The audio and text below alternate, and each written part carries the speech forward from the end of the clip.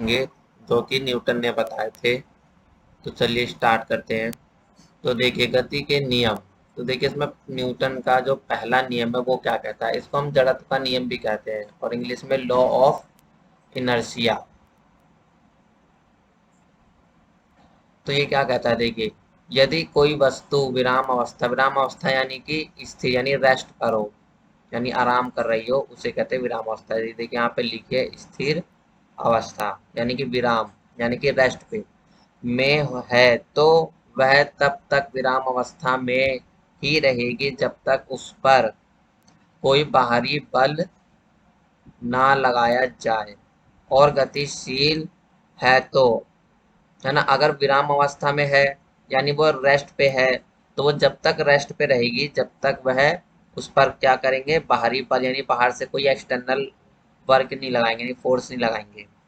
और अगर वह गति में है, जैसे कि क्या करते हैं, जैसे हम बाइक चला रहे हैं, अगर हम बाइक चला रहे हैं यानी अभी हम क्या है, गति में है यानी कि स्पीड है हमारे में, अभी हम मोशन में है, तो तब तक एक समान गति की अवस्था में रहेगी। मतलब एक समान गति जैसी हमारी गति है उसी गति में रहेगी जब तक, है ना, जब तक कि क्या हो, उस पर कोई, देखिए, जब तक कि उस पर कोई बाहरी बल लगाकर उसे स्थिर ना किया जाए। तो यही हमारा न्यूटन का जो पहला नियम है वो कहता है जड़त्व का नियम। इसे देखिए इंग्लिश में देखिए पढ़ लीजिए, if an object is in a state of rest, अगर रेस्ट पे है ना, जिसे स्टेडी भी बोलते हैं,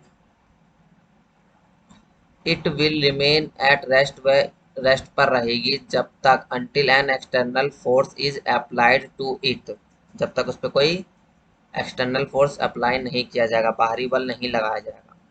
and if it is motion, अगर वह मोशन में है तो वो जब तक मोशन में रहेगी जब तक उस पर कोई एक्सटर्नल फोर्स ना लगाया जाए उसे रोकने के लिए।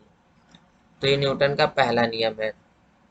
तो इसका एग्जाम्पल एक हैगा जो कि 9th क्लास की बुक में है। वो क्या करते हैं, गिलास पे क्या करते हैं, गिलास लेते हैं, उसके ऊपर एक ताश का पत्ता रखते हैं, उस ताश के पत्ते पे वो एक 5 का सिक्का रख देते हैं, तो वो कार्ड पे उंगली से मारते हैं, जिससे हमारा सिक्का रहता है वो गिलास के अंदर गिर जाता है, लेकिन हमारा कार्ड जो है वो बाहर निकल जाता है। क्योंकि हमने जो फोर्स लगाया वो क्या किया, हमने कार्ड के ऊपर फोर्स लगाया ना कि सिक्के के ऊपर, इसलिए सिक्का क्या है, अपनी स्थिर अवस्था में हैगा, क्योंकि हमने उस पर कोई बाहरी फोर्स नहीं लगाया। तो देखिए ये वही कह रहा है, देखिए में है तो वह तब तक विराम अवस्था में ही रहेगी, क्योंकि वह विराम अवस्था में ही है, क्योंकि हमने उस पर कोई एक्सटर्नल फोर्स नहीं लगाया, वो विराम अवस्था में ही है, इसलिए वो वहीं पे रही। और जो हमने कार्ड पे उस पर मारा तो कार्ड हमारा बाहर निकल गया, और जो सिक्का है वो गिलास के अंदर गिर गया। तो ये है हमारा न्यूटन का पहला नियम, जिसे जड़त्व का नियम कहते हैं। जड़त्व यानी अपने आप को जकड़ के रखता है, वो किसी, मतलब किसी बल का वो विरोध करता है, किसी कार्य का वो विरोध करता है, उसे कहते हैं जड़त्व। अब देखिए न्यूटन का दूसरा नियम क्या कहता है। देखिए न्यूटन का दूसरा नियम क्या कहता है, संवेग का नियम यानी लॉ ऑफ मोमेंटम। मोमेंटम और संवेग एक वेक्टर क्वांटिटी है, सदिश राशि है। देखिए किसी भी वस्तु के संवेग, है ना, संवेग का फॉर्मूला क्या होता है, मास गुणा में वेलोसिटी यानी द्रव्यमान गुणा में वेग। देखिए संवेग परिवर्तन की दर उस पर लगाए गए बल के समानुपाती होती है। मतलब अगर जैसे हमारा संवेग है, संवेग यानी कि किसी भी मास का यानी द्रव्यमान में जो उसकी वेलोसिटी है उसमें परिवर्तन की दर उस पर लगाए गए बल के समानुपात यानी प्रोपोर्शनल है। मतलब तुम जितना ज्यादा बल लगाओगे उतना ही संवेग क्या होगा, कम होगा। देखिए तथा संवेग परिवर्तन की दिशा वही होती है जो बल की दिशा होती है।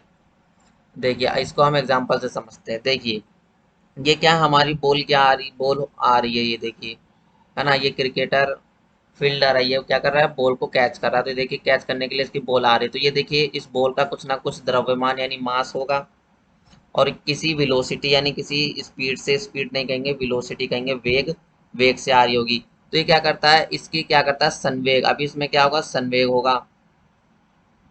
तो इसके संवेग यानी मोमेंटम को कम करने के लिए क्या करता है, इसको अपने हाथ में बॉल पकड़ के उसको पीछे की तरफ ले जाता है। ये देखिए, देखिए यहाँ से देखिए पीछे लेके चला गया, है ना, पीछे लेके चला गया।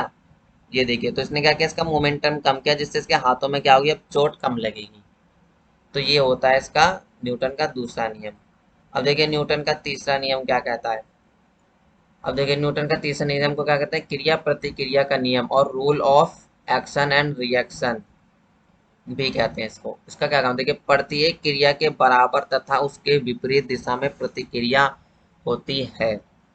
जैसे हम कोई भी कार्य, जैसे कि इसमें एग्जांपल में देखिए ये क्या कर रहा है, देखिए इसने अपनी क्रिया क्या करी, ये आगे को जा रहा है, देखिए ये क्या कर रहा है, इस पे बल आगे को जा रहा है ना। लेकिन इस पे क्या प्रतिक्रिया क्या हो रही है, पीछे को इसमें क्या हो रहा है, बल लग रहा है, मतलब प्रतिक्रिया पीछे को हो रही है, क्योंकि इसकी नाव क्या हो रही है, वो पीछे को जा रही है, लेकिन हम कहाँ जा रहे हैं, आगे को।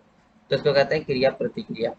और देखिए इसका एक एग्जाम्पल ये है, जैसे हम एक पिस्टल ले या बंदूक ले, हम जब हम बंदूक को चलाएंगे तो उसमें से जो गोली निकलेगी वो आगे को निकलेगी, है ना। लेकिन गोली को आगे को फोर्स लगा, लेकिन क्या है, बंदूक को पीछे को फोर्स लगा, है ना। देखिए इसमें क्या हुआ, ये आगे को गई गोली, और ये बंदूक क्या होती है, हमारे पीछे गई, ठीक उतने ही बल से, मतलब उतने ही फोर्स से जितने की गोली आगे गई और उतने ही ये पीछे गई।